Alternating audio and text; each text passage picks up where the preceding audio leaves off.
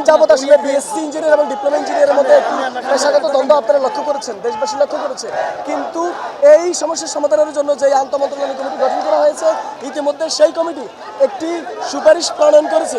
আমরা মনে করি যে সুপারিশ অযৌক্তিক, অগ্রহণযোগ্য এবং সেটি একপাক্ষিক। তাই আমরা সেই সুপারিশ বয়কট করে, সেই কমিটিকে বয়কট করে আজকে আমরা এখানে রাস্তায় নেমে এসেছি। আমরা এখানে আসছি হচ্ছে যে আমাদের যে বিএসসি ইঞ্জিনিয়ার এবং ডিপ্লোমা ইঞ্জিনিয়ারদের একটা কমিটি গঠন করা হয়েছে, সেই কমিটিতে দশম গ্রেড উপসহকারী পদে বিএসসি ইঞ্জিনিয়ারদেরকে 33% কোঠায় তারা এখানে আনতে চাচ্ছে। তো এই কমিটির বিরুদ্ধে এবং কি 33% যে কোঠা দিতে চাচ্ছে বিএসসি ইঞ্জিনিয়ারদেরকে, এটার বিরুদ্ধে আমরা অবস্থান কর্মসূচি এবং বিক্ষোভ মিছিলের জন্য এখানে অবস্থান করছি। সেই সুপারিশের মধ্যে দশম গ্রেড তথা উপসহকারী প্রকৌশলী পদে 33%, 33% বিএসসি প্রকৌশলীকে নিয়োগদানের সুপারিশ সেই কমিটি থেকে করা হয়েছে।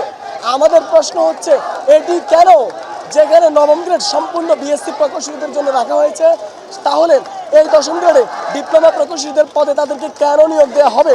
যদি দশম গ্রেডে তাদেরকে নিয়োগ দিতে হয় তাহলে অবশ্যই তাদের ডিপ্লোমা প্রকৌশলীর সার্টিফিকেট থাকতে হবে। আপনারা দীর্ঘদিন থেকে যে বিএসসি এবং ডিপ্লোমার যে সমস্যা চলছে ডিপ্লোমা প্রকৌশলীদের, এই সমস্যার সমাধানের জন্য প্রধান উপদেষ্টা আমাদের ফজলুল করিম স্যারকে একটি কমিটি তৈরি করার জন্য সভাপতি করে একটি কমিটি তৈরি করে দেওয়া হয়েছে। প্রথম থেকেই ফজলুল করিম স্যার বলেছেন ওয়ান সাম অফ গেম, এখানে ডিপ্লোমা এবং বিএসসিদের কোনো চাওয়া পাওয়া নেই। এরপরে আমাদের 3টা কমিটি গঠন করা হয়েছে।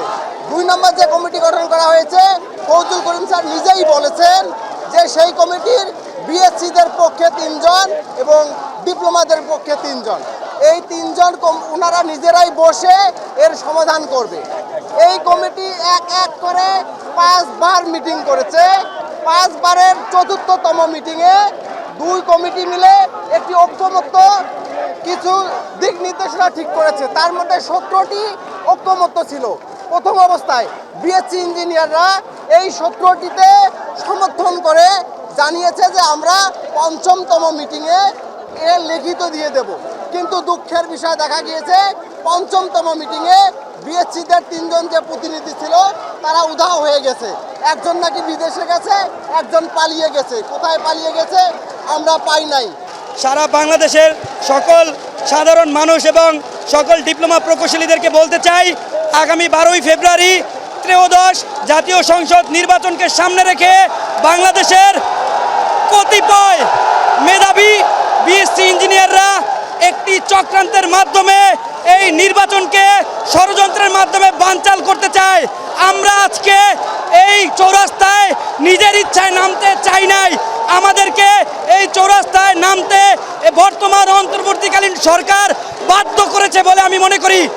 আমাদের ডিপ্লোমা ইঞ্জিনিয়ারদের শুধুমাত্র একটি পদ রয়েছে, সেটা হচ্ছে 10তম গ্রেড। আসলে এই 10তম গ্রেডের কাজ কি?